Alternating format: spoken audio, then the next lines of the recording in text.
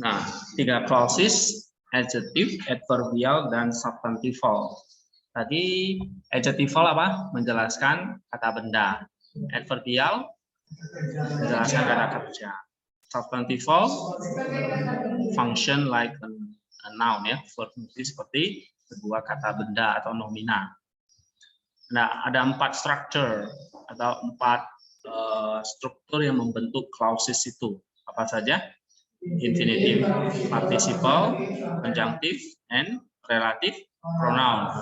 Ya.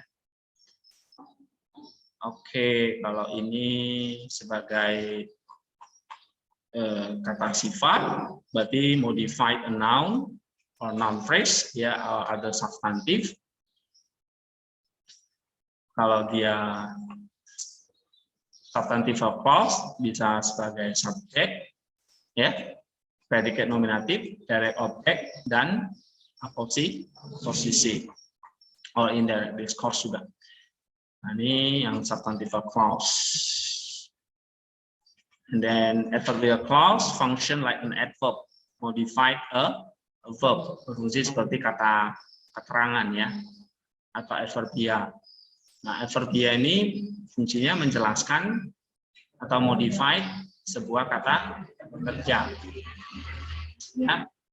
Nah, strukturnya ada infinitive clause, participle clause, conjunctive clause, relative pronoun clause.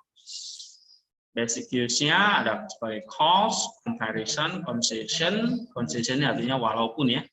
Comparison perbandingan seperti. And then cause berarti sebab atau karena ya. Condition, ikat. Ya. Karena suara saya jelas kan? And then complementary, pelengkap ya. Jelas Pak. Okay. Location, sifat lokasi, manner atau means, purpose, result, dan time. Time itu indikasi waktu dari kata kerja itu. Result hasil dari kata kerja. Purpose tujuan dari kata kerja. Manner cara dari kata kerja itu dilakukan. Means alat kata kerja itu dikerjakan. Lokasi tempat kata kerja itu terjadi ya. Complementary melengkapi kata kerja. Condition itu jika ya atau syarat dari kata kerja. Concession walaupun ya. Comparison itu seperti ya, itu comparison, maka ada cause di sini ya. Cause berarti sebab atau alasan.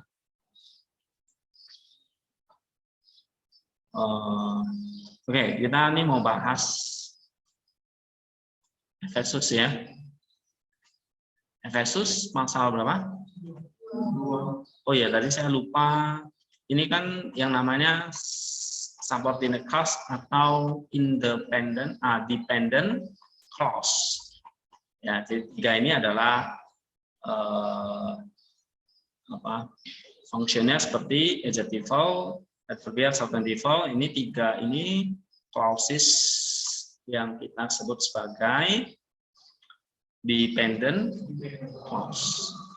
Berarti ada independent. Independent itu berarti bisa berdiri sendiri ya. Nah, dia juga bisa diikuti coordinating conjunction seperti K, the ya, gar gitu. Lalu ada prepositional phrase ya. Dan ini ya. Nah, strukturnya juga sama, infinitive, participle, conjunctive, relative. Yang untuk dependent ya, ada 4. Oke, now let's see. Efesus pasal berapa nih? Ayat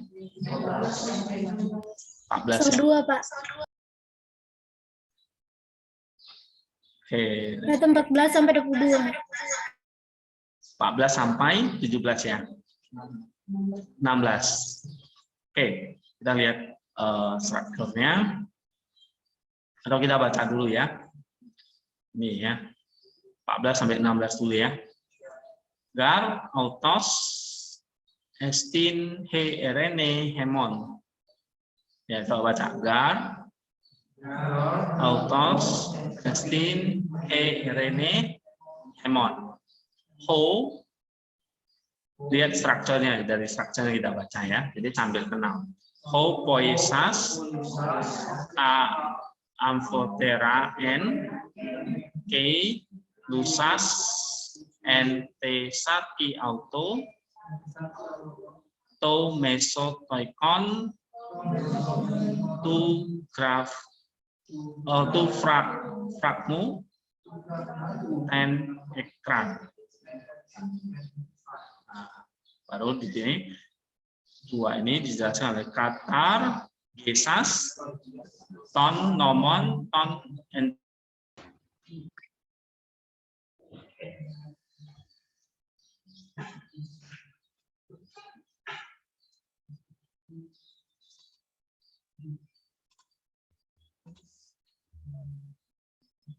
ini ya. Endok masin baru hina, titis, tise, tu, duo, es, antropon, ena, kainon, and auto, poion, erenen. Lalu,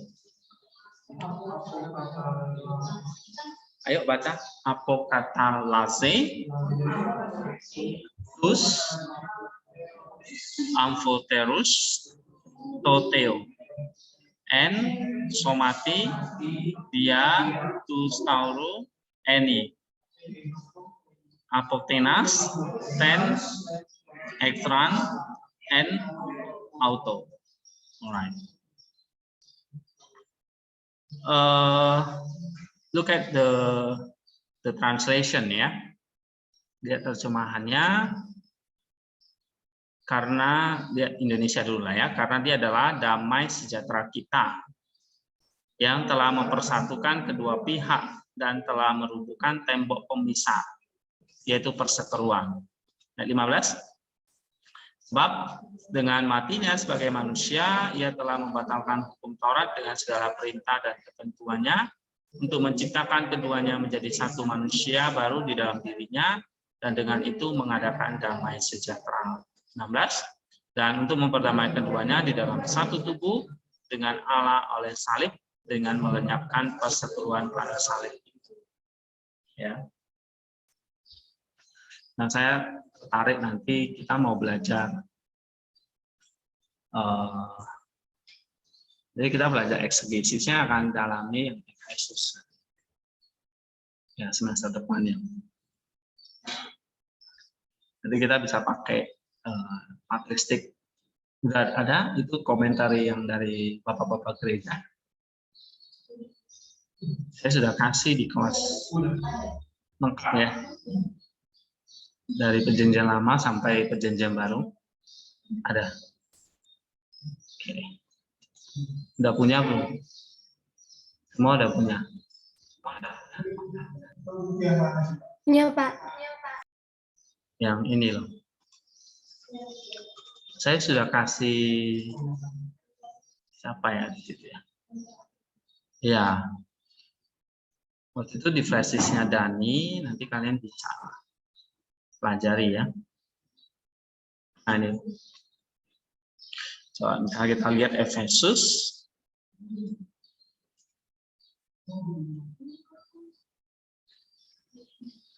Oke. The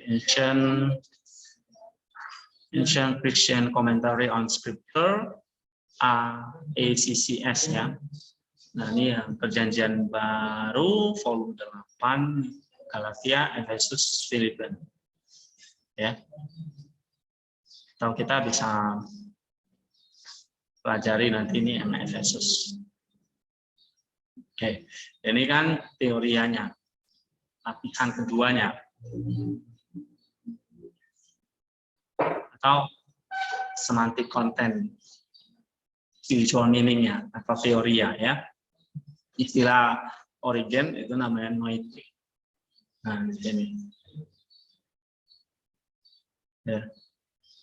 Baru nanti lapisan ketiga etiknya atau jiwanya.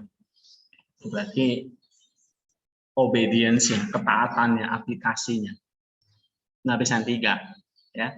Lapisan 4, anagogiknya. Nah, lapisan 1, ya ini. Ini lapisan satunya. Ya. Sama plus historical background-nya. Latar belakang sejarahnya.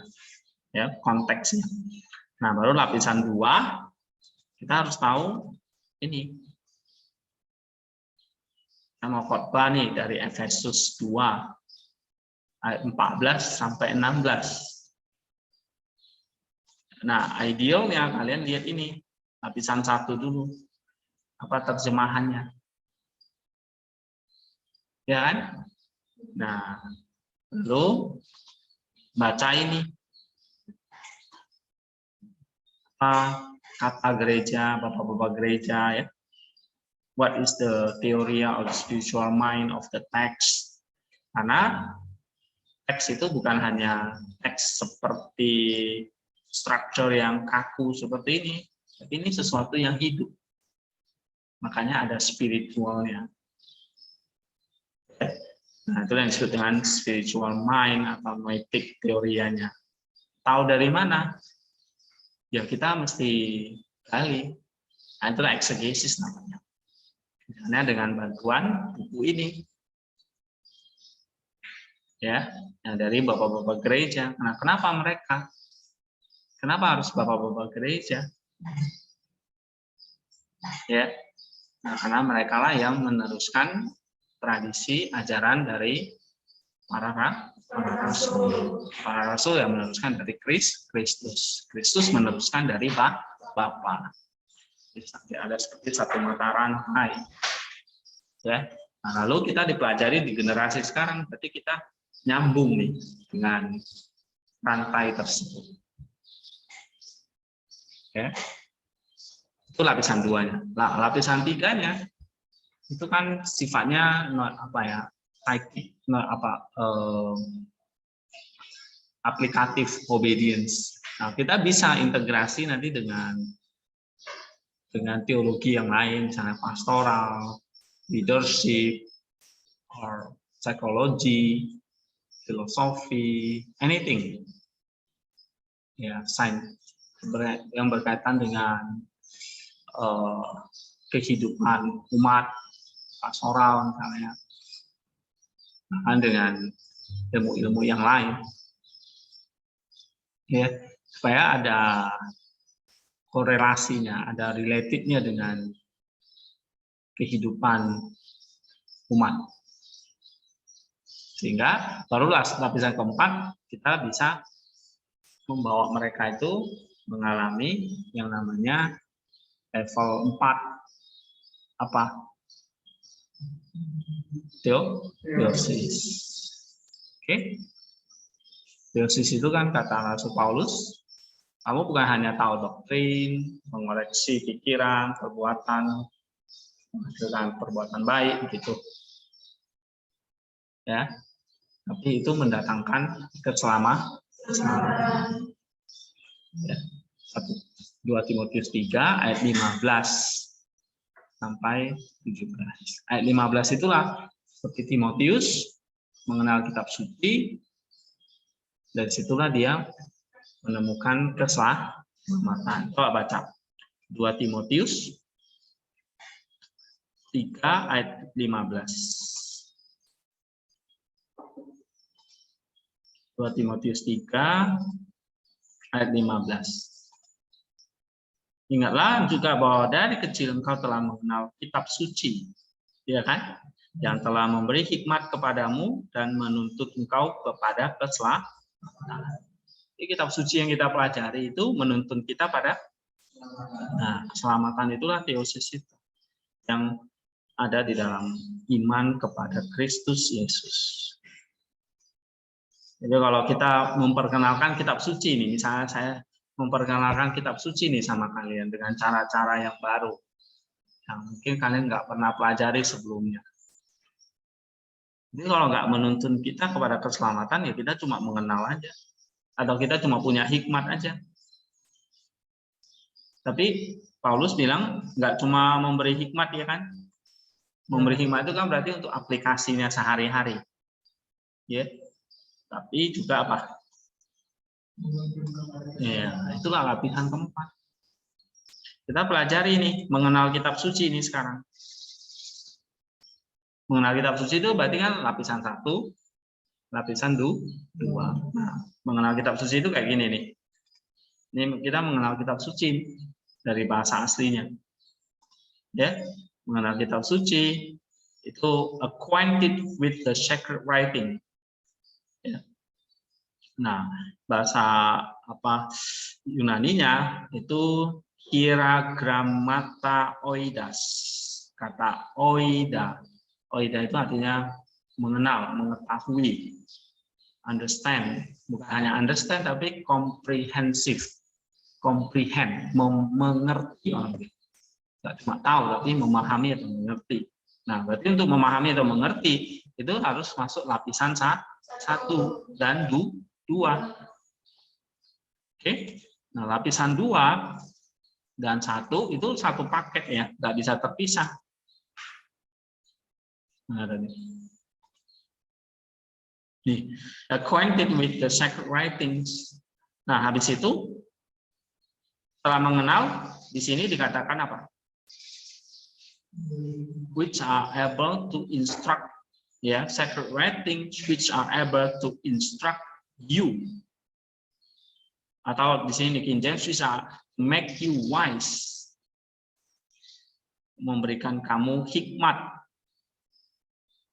Jadi kita punya hikmat, tapi ujung hikmat itu ada apa? For salvation. Ya, nah kamu bisa lihat ini. Nanti kalian kalau sudah belajar di level 1, ini. Nah, kamu lihat akan nih, sophisai, hikmat, to make you wise. Is, ini akusatif. Purpose. Ya kan? Is ini. Akusatif, preposisi akusatif, purpose. Is, soteria. Nah, pada akhirnya goalnya, tujuan akhirnya apa? Soteria atau keselamatan melalui iman kepada Kristus. Nah, ini nggak hanya berlaku buat Timotius, tapi ya siapapun yang baca ini. Kamu kan baca ini kan? Nah, berarti ini berlaku buat saya. Makanya Alkitab itu juga sifatnya apa? Personal. Bukan hanya untuk mereka yang di Perjanjian Baru, tapi buat kita sekarang. Ya. Nah, itu sebabnya saya tidak pernah bosan ya kasih tahu ini terus. Karena untuk apa kalau kita tahu tapi kita nggak punya hikmat tentang keselamatan. Ya, itulah gunanya Alkitab itu ditulis untuk keselamatan kita. Ya. Nah, kalau tahu ini adalah untuk keselamatan setiap orang, maka waktu kamu mempelajari ini dan nanti diberi kepercayaan nih oleh gereja, oleh Tuhan, manfaatkan sebaik-baiknya. Ya. Manfaatkan bagaimana orang mengenal ini, tapi dia punya hikmat mencari Kristus, mengenal keselamatan. Nah, itu sebabnya kita penting banget ya mempelajari ini, karena ini menentukan apa? Keselamatan kita. Oke, kita akan lihat ke Efesus 2, 14-16. Tadi kita udah baca ininya, sekarang RSV-nya.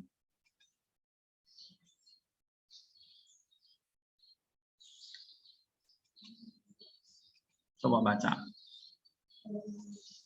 RSV-nya, for he is our peace, who has made us both one and has broken down dividing wall of hostility. Berarti ini mana? Ini ya. For he is our peace. Ya kan? Bahasa Yunaninya gar autos estin herene hemon. Nah, kamu lihat gar di sini penanda Penanda dari apa? Independent clause. Nah, tulis di situ. Ada. Oke, good. GAR di sini apa? Independent clause sebagai explanatory. Lihat ini. Kita dari independent dulu ya. Ini GAR, ada kan? Sebagai explanatory. Nah, maka ini mulai independent clause. Bisa paham nggak? Ya. Contohnya ini dia, jelas ini. Jadi GAR di sini bukan anak kalimat ya, tapi justru mulai induk kalimatnya. Ya, ini dia. Nah, ini namanya independent clause. GAR. Kalau saya tanya di sini adalah explanatory. Subjeknya mana?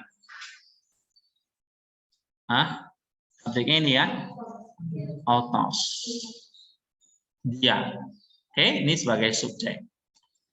Lalu ini estin, he, rene, hemon adalah predikat.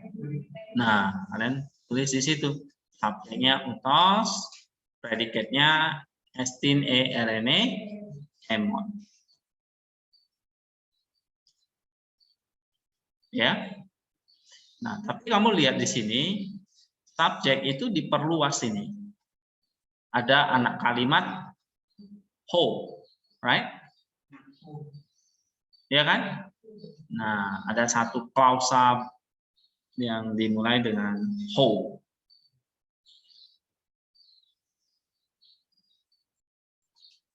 Ya, nih.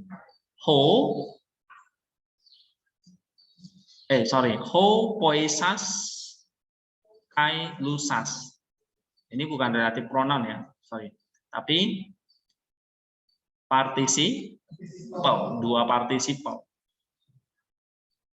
Ya. Nah, ini partisipal ini berarti apa? Partisipal apa? Nah. Apa? Adjectival. Karena menjelaskan kata benda. Dia yang, nah gitu. Ya, yang ini dia. Tadi independennya udah ngerti ya. Nah, sekarang di bawah subjek atau independen itu ada participle clause. Berarti dia contain a participle. Ada berapa participle di situ? Poisas dan lusas. Dua. Berarti dua clauses. Ini satu poisas, satu lusas. Nah, kalau di buku ini berarti masuk ke bagian ini nih. Adjectival clause. Ya.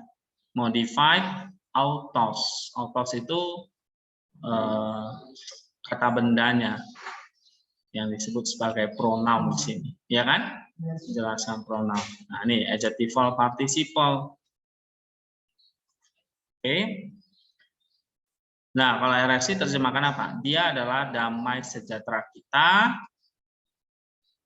yang, nah itu kan, yang poisas, ta amphotera, and keto mestoikon tu gramo lusas, yang mempersatukan apa? Yang mempersatukan kedua pihak menjadi satu, ya, mempersatukan menjadi satu ya, yang mempersatukan kedua pihak. And di sini akusatifnya ya, poisas ta amphotera n, yang mempersatukan kedua pihak, atau RSC terjemahkan who has made us both one, ya, yang membuat kita menjadi satu, atau yang mempersatukan kedua pihak. Okay, another clause is lusas. Ke lusas to mesotoikon tu gramo and te sarki auto ten ekran. Ini ya kan yang kedua. Oke, LSI terjemahannya apa?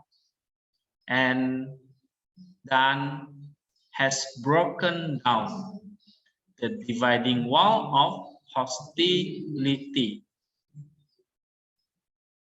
Ya, by abolishing in his flesh the law of the commandment and ordinance.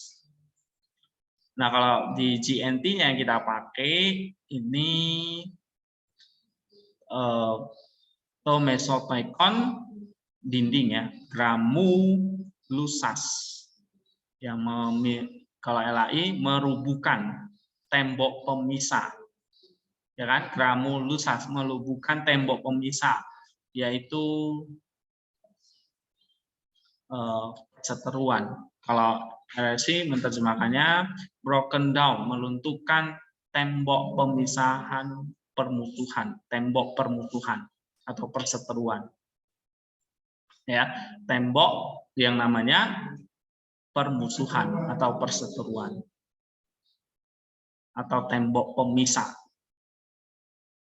Ya, ini tembok yang menghalangi kita kepada Allah.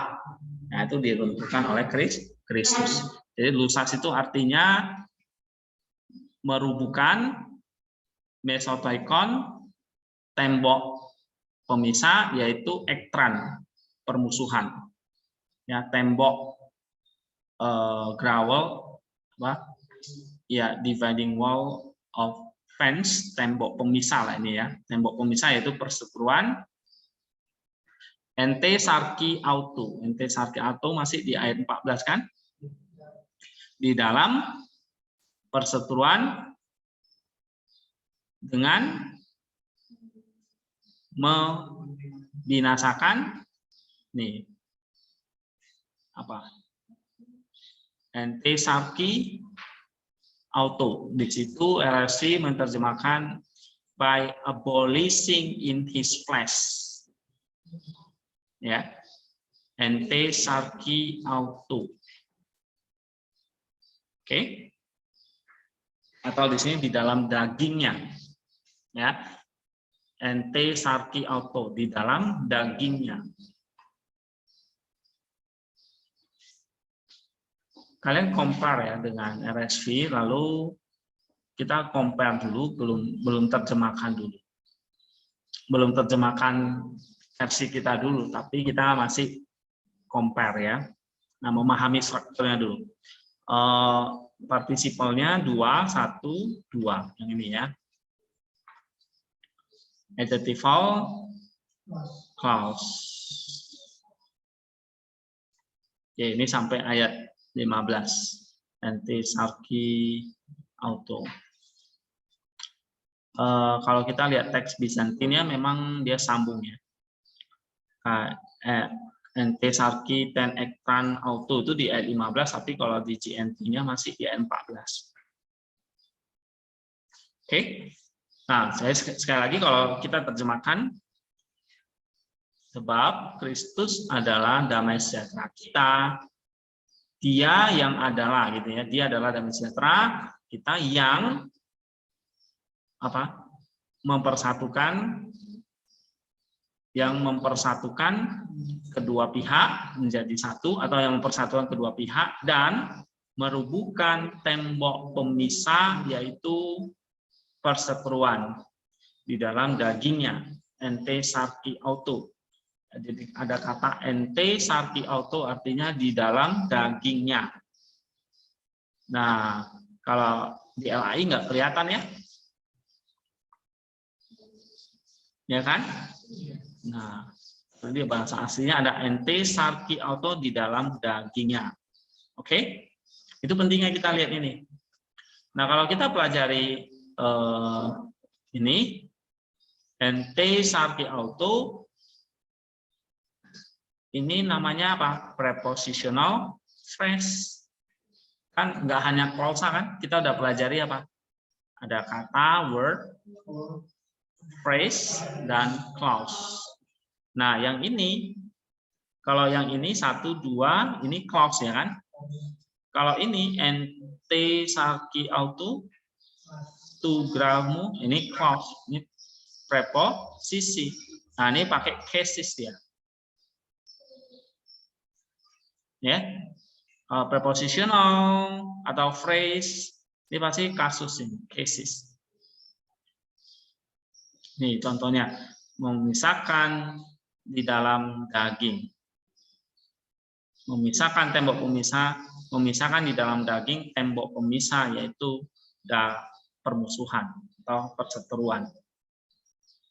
Sarki, daging. Nah, ini N diikuti datif di dalam dagingnya. Ya. Ini bersifat apa? N terus plus datif, kita kembali ingat preposisi. Halaman berapa itu preposisi?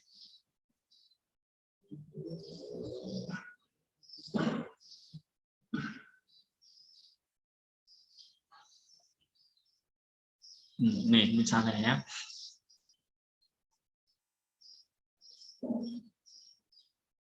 Preposisi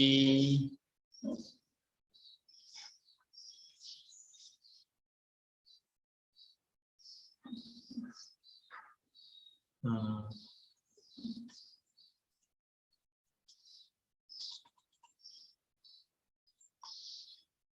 160 ya. Nih, ingat lagi ada N di sini. Dan nah, isi N plus datif. Ini bisa sphere, temporal, association, cause, instrumental. Nah, bisa artinya by atau with, dengan dagingnya atau di dalam dagingnya, oleh dagingnya. How do you translate this? Memisahkan tembok pemisah, yaitu perseteruan, oleh dagingnya atau di dalam dagingnya. Jadi kata daging di sini bersifat sphere, berarti in,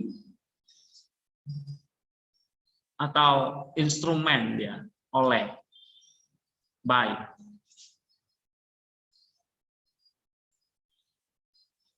I think ini ya, instrumental ya, by atau oleh dagingnya. Jadi oleh dagingnya tembok pemisah itu dipisahkan. Nah, apa maksudnya ini?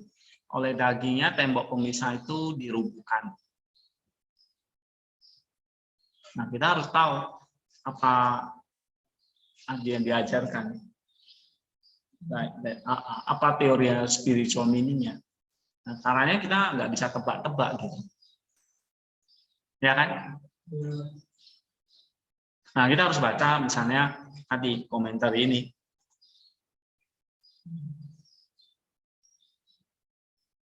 Ya, nah, kamu baca Efesus 2 ayat 14. Yesus damai sejahtera kita yang telah merubuhkan tembok pemisah, mempersatukan kedua pihak, merubuhkan tembok pemisah yaitu perseteruan oleh dagingnya.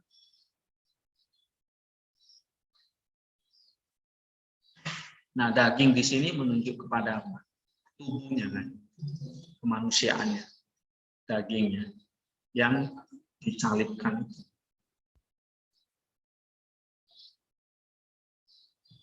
Ya, jadi kalau kata daging, oleh dagingnya, ini menunjukkan dia harus jadi daging supaya dia bisa mempersatukan kita dengan sehingga tembok itu runtuh. Makanya simbol salib itu kan dua garis ya, gini, gini. Nah, ini dagingnya nih. Ini kan dagingnya kan. Jadi ini Allah, ini manusia.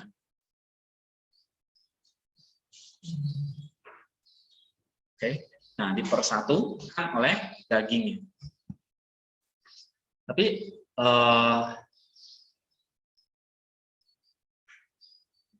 kita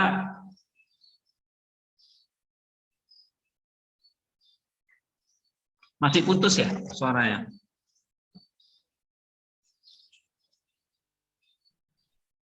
Udah, Pak. Udah enggak? Ya. Tapi kita mesti jelas penjelasannya daging ini apakah menunjuk kepada kemanusiaannya dan kematiannya atau apa ini. Nah, kamu mesti baca ini.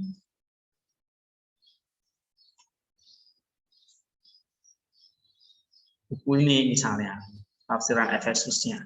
Saya nggak tahu di halaman berapa, tapi kita cari ya. Misalnya apa kata Chrysostom, apa kata Jerome, ini semua bapak-bapak gereja, ya.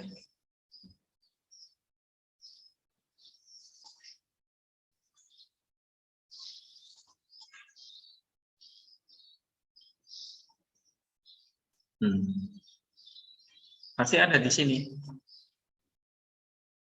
Oke, nah itu tugas nanti eksegesis. Tapi tugas di Yunani adalah sampai kalian bisa menerjemahkan. Apa di sini N? Oleh dagingnya. Ya. Oke, jadi tambahan satu kolom lagi, terjemahan diterang.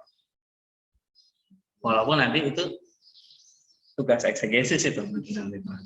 Tapi paling tidak sampai Yunani itu kalian memahami strukturnya ini dan mulai mencoba untuk literalkan, menerjemahkan sendiri.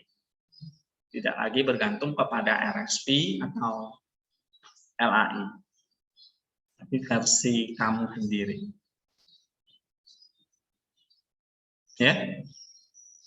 Nah, oke, ini contoh ente sarki. Ini adalah prepositional phrase. Kembali lagi, ingat pelajaran ini. N, ini penting. N plus datif kan? Maka di sini bisa cause, instrumen, manner, atau spasial, temporal. Yang mana? Ya. Nah, kalau kita pilih ini berarti kan tafsiran kita. Nah, itu makanya terjemahan kita. Instrumental. Iya, instrumental. Bisa aja dari 10 orang ini pilihnya facial atau cause atau instrumental atau manner, ya kan? Beda-beda. Nah, intinya waktu kamu menerjemahkan, berarti kamu sudah mengeksegesis, sudah menafsirkan. Kalau kamu sudah menerjemahkannya. Tapi kalau dari sisi Yunaninya, kamu pilih sphere itu benar, pilih instrumental itu juga benar, pilih manner itu juga benar. Asal kamu bisa menjelaskannya. Misalnya kalau kamu pilih instrumen, berarti kamu harus terjemahkan jadi oleh atau dengan. Jangan di dalam. Kamu pilih instrumental, tapi kamu terjemahkannya di dalam, ya salah. Ya. Tapi kalau kamu pilih facial, tapi kamu terjemahkannya di dalam, berarti benar. Di dalam dagingnya. Nah, itu kalau di Yunani. Jadi Yunani itu memahami ininya yang penting. Ya. Nah, tapi kalau kamu sudah masuk eksegesis, kamu nggak bisa lagi milih semua. Harus pilih satu dan bisa menjelaskannya. Jadi kalau misalnya kamu pilih nih, kalau saya pilih instrumental, oleh.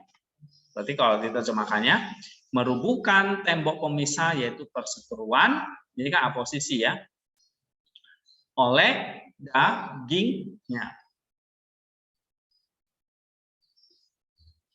Atau dengan dagingnya. Jadi daging itu menjadi alat merubuhkan tembok.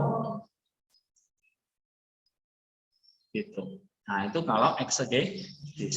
Nah, kenapa kamu kok pilih itu alat? Kamu harus bisa menjelaskan, bisa tafsirkan maksudnya apa. Nah, itu yang disebut semantik konten ya. Tapi nggak bisa sembarangan. Kamu mesti lihat ada nggak ayat-ayat lain yang mengatakan demikian. Itulah disebut Nanti kita pelajari semantik konten itu namanya ada eklesial dan Christ center. Nah, Christ center, kamu lihat teks-teks lain yang berhubungan. Misalnya di sini.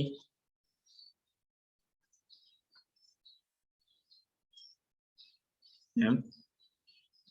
Oke, kamu lihat X reference. Nah, teks-teks lain yang berhubungan ada nggak menjelaskan ini? Oleh daging tembok pemisah itu diruntuhkan.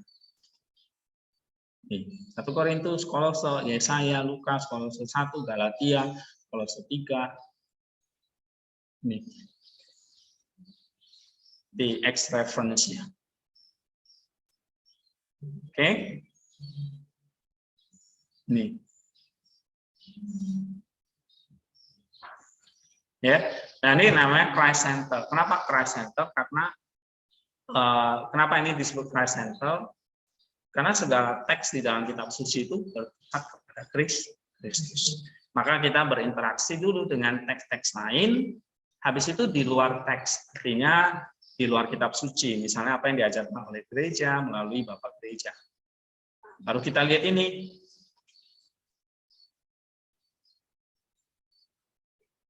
Tafsiran misalnya dari buku ini. Ya, komentari seperti ini banyak. Ya, jadi kita pilih yang the best. Misalnya kita ambil dari sini. Ya, ini cari aja pasal 2 misalnya. Pasal 2 ayat 14. Halaman berapa ini? Ini ayat 6. Nih. Christ is our peace. Benar kan? Kristus adalah damai sejahtera kita. Lalu dia menghancurkan tembok pemisah. Nah, ini dia. Ada 2 komentari di sini. Dari Chrysostom dan Ambrosius atau Ambrosius. Ya. Nah, kita lihat misalnya Ambrosius ngomong the passion of the Savior made peace between the circumcision and the uncircumcision. Ya, penderitaan Kristus itu mendamaikan antara pihak yang bersunat dan tidak bersunat. For the enmity, sebab musuh which was between them like a wall, karena musuh di antara mereka seperti dinding, dan divided, memisahkan antara yang bersunat dan tidak bersunat. Jadi antara orang Yahudi dan non Yahudi di sini. Ya, dan itu akhirnya abolish, dibatalkan oleh Savior. Jadi tidak ada lagi tembok antara sunat tidak bersunat, antara Yahudi dan orang Yahudi. His command is that Jews should not so presume on his circumcision as to reproach the Gentile. Jadi perintahnya itu bagi orang Yahudi harusnya tidak presume, mengasumsikan on his circumcision, sunatnya itu sebagai memisahkan non-Yahudi. Nor should the Gentile trust in uncircumcision. Ataupun sebaliknya, orang non-Yahudi itu percaya sunat itu sebagai paganism. So the Jew, jadi mengabaikan Yahudi. Both made new, keduanya dibuat baru, should maintain in Christ their faith in the one God. Ya, percaya kepada Kristus dalam imannya dan pada satu Tuhan. Nah, dijelaskan oleh Ambrosius bahwa Kristus telah memisahkan tembok pemisah antara circumcision dan uncircumcision. Tapi dia ada jelaskan tentang dagingnya enggak, di sini enggak ada, tapi hanya dikatakan the passion aja. Penderitaan Kristus. Jadi kata dagingnya itu adalah daging yang menderita. Itu yang membuat tembok itu terpisah. Nah, ini berarti the passion of the Savior ini menunjuk kepada penyalipannya, kematiannya dalam daging. Ya. Nah, gimana Chrysostom? Some say that the wall between them is that of the Jew against the Greek, because it does not allow them to mix. Jadi antara orang Yahudi dan non-Yahudi itu ada tembok pemisah yang membuat mereka tidak bisa bersatu. I do not think so. Rather, I think that the wall between them is common between both. It is the hostility proceeding within the flesh. Ini menarik Chrysostom. Permusuhannya itu adalah ini di dalam daging. This was the midmole cutting them off, as the prophet said, "Do not your sin stood in the midst between you and me." The midmole was the enmity. God had both toward Jew and toward God. Jadi musuhnya itu memang dua-duanya, baik Yahudi dan non-Yahudi itu musuhnya Allah. But when the law came, this enmity was dissolved.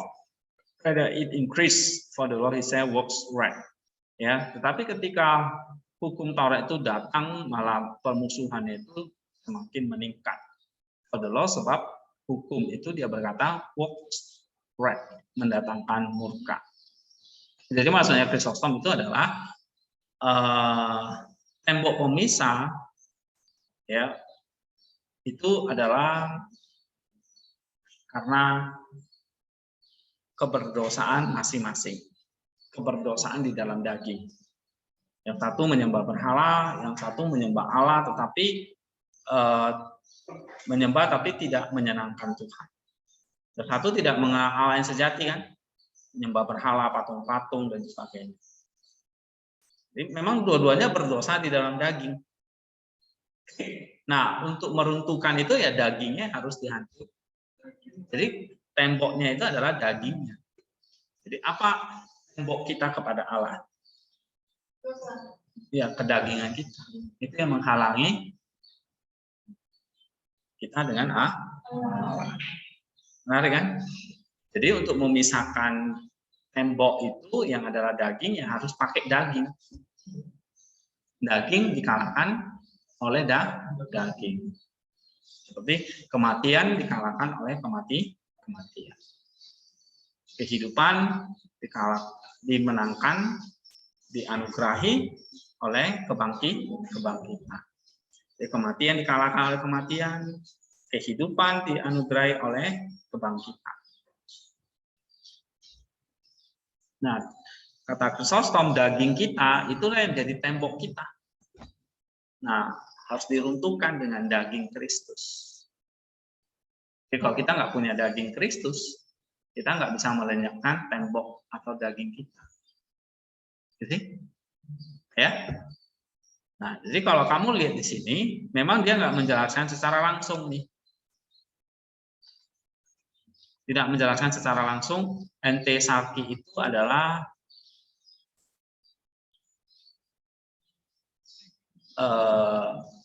means atau complementary, enggak. Tapi waktu kamu baca ini,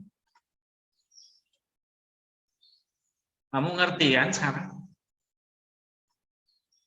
Jadi kita sambil pelajari ya, sedikit ke eksegesisnya. Jadi cicipi dulu, ya, prequelnya lah.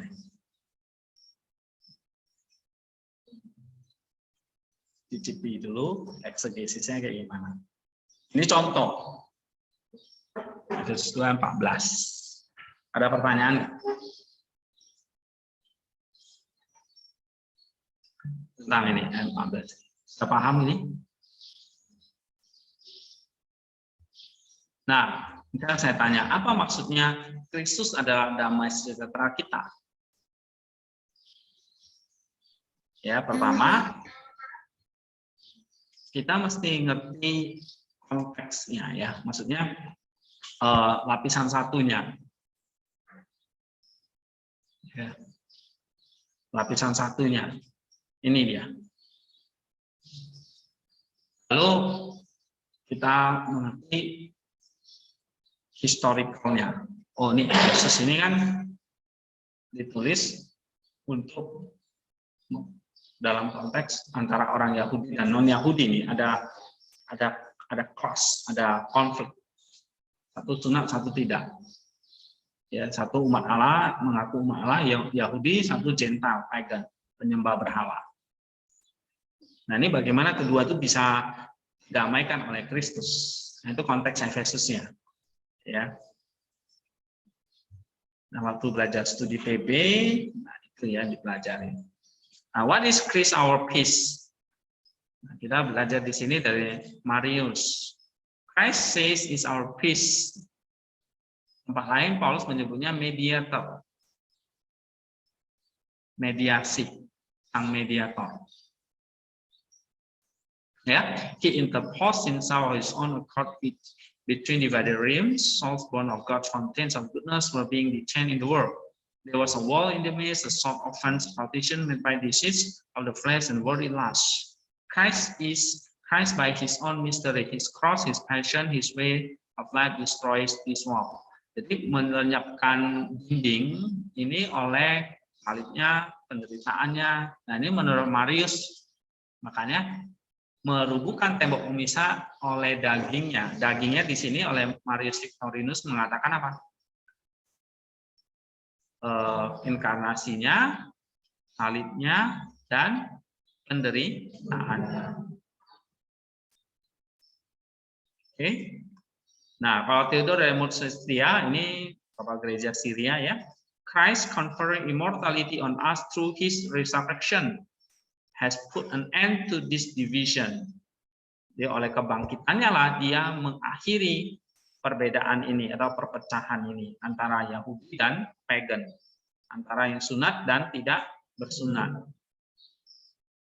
Nah, ini menurut Theodore dari Murcia. Nah, kalau kita baca ini kan jadi tahu, oh Yesus adalah juru damai, maksudnya apa? Juru damai itu dia adalah mediator yang mendamaikan antara pagan dan Yahudi dengan kematiannya dan kebangkitannya. Oke, nah itu tafsiran dari Bapak Gereja. Tapi menariknya adalah Chrysostom mengatakan persatuan itu diakibatkan oleh daging masing-masing. Nah itu dikalahkan oleh daging Kristus. Daging Kristus itu kalau kita gabung dengan Bapak Gereja yang lain, daging itu maksudnya menunjukkan apa? Penderitaan, kematian, dan kebangkitan. Maka dia harus berwujud daging, supaya daging itu dikalahkan oleh daging. Ya kan? Kematian dikalahkan oleh kematian. Kehidupan dianugerahi oleh kebangkitan. Nah, ini kalau kamu baca komentar yang lain, yang sekarang-sekarang nggak ngerti kayak gini-gini. You have to back to the tradition of the church, like church fathers like this, ya. Nah, ini yang kita akan coba kerjakan waktu kita bahas exegesis atau Yunani ini. Supaya kalian mulai lihat, oh gunanya apa nih pelajari Yunani ini? Oh jadi ngerti ini, lebih dalam lagi kan? Benar nggak? Gitu. Nah itu lapisan 2-nya. Gimana dengan lapisan 3-nya? Kan mematikan daging dengan daging. That's the good point. Ya, coba tarik what is the psychic atau aplikasi obedience kita. Mematikan daging dengan daging. How? Gimana caranya? Ya kan? Berarti kan kamu harus pikir di luar Yunani lagi kan? Di luar eksegesis kan? Kamu harus mikir, oh, saya udah pelajari tentang spiritualitas nih. Sama Pak Andy misalnya. Tentang kemarin belajar apa nih? Syriac Fathers. Belajar filokalia. Oh iya, mematikan daging dengan daging itu maksudnya gimana ini? Tentang nafsu misalnya, hawa nafsu daging, apa contohnya? Tentang kebohongan atau tentang yang lain. Bagaimana mengalahkan itu? Harus dengan daging dikalahkan dengan daging. Nah, daging di sini di spiritual mind ini apa? Tadi penderitaan dan kematian. Berarti untuk mengalahkan dosa kita harus mati nih. Mematikan. Ya kan? Dimatikan dagingnya. Nah, gimana cara? Oh, di spirituality diajarin tentang nefsis, berjaga-jaga. Misalnya, ya, puasa.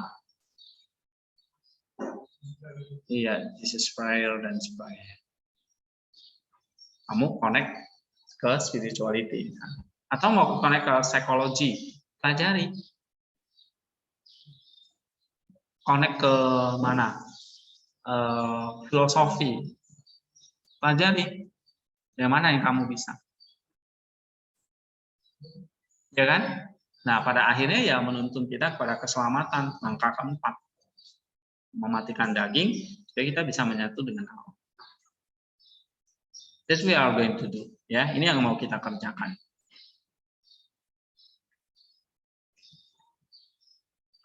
Oke.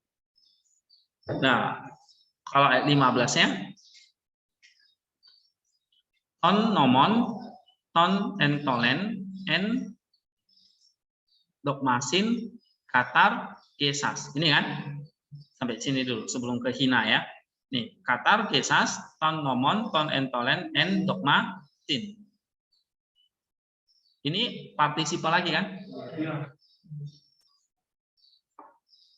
Menjelaskan dua partisiple yang di atas. Berarti ini adalah anak lagi dari poisas dan lusas. Partisiple apa ini? Clauses apa? Adverbial. Karena menjelaskan dua kata kerja ini, ya, menyatukan dan merubuhkan tadi. Yaitu kata gesas diartikan apa? Abolish, membatalkan. Kalau LAI terjemahkannya apa? Membatalkan hukum Taurat. Ya. Membatalkan hukum Taurat. Dengan segala perintah dan ketentuannya. Membatalkan hukum Taurat dengan segala ketentuan dan perintahnya. Kalau RSV, by abolishing in his flesh the law of the commandments and ordinances. Nah, katar gesas, abolish, membatalkan, menjelaskan ini cara dari poiesis dan lusas. Apa artinya ini? Kamu lihat di sini. Ini ada nggak? Abolishing the law of commandment and ordinances. Nah, apa spiritual mind-nya? Nah, ini sudah ada di sini. Ya, menolong kan? Gitu. Tapi kamu harus ngerti ini dulu. Oh, ini ternyata bentuk partisipal. Berarti menjelaskan yang di atas. Jadi bagaimana menyatukan dan membatalkan, merubuhkan tembok itu? Kristus membatalkan ton nomor hukum Taurat. Nah, apa itu artinya membatalkan? Atau berarti hukum Taurat apa tidak berlaku lagi? Atau bagaimana ini? Nah, kita harus tahu, nggak boleh sembarangan. Ya kan? Nggak boleh sembarangan tafsir. Nanti kita jadi kayak pendeta-pendeta yang sekarang ini. Asal ngajar, asal tafsir, repot. Nih, abolishing the law of commandment and ordinances. Nah, ini kita harus pelajari kayak gini. Ya. Jadi kalau kita udah masuk ke exegesis. Nah, nanti rencananya saya ingin memperkuat ini yang ke biblical lagi. Nah, kita banyak belajar spiritual ya kemarin-kemarin. Nah, karena kita mau kembali ke biblical karena ini juga penting banget. Nah, ini Alkitab ini yang kita langsung ajarkan kepada umat. Nah, gimana caranya ya kalian kita dalami di semester pendek.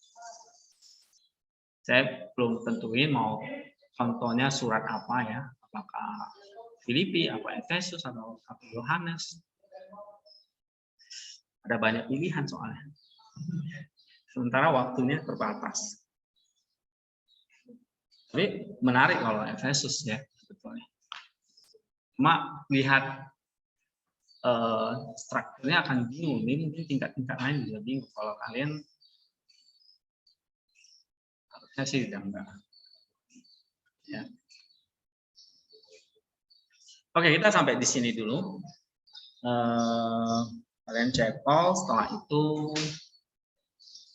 saya mungkin belum bisa masuk ya karena saudara datang mesti antar pulang dulu. Setelah cepo kalian punya waktu untuk apa ini sudah selesai semua? 14 sampai berapa? 22? Sudah, Pak. Kalau sudah kumpulin, nanti minggu depan kita bahas lagi sampai 22. Ya.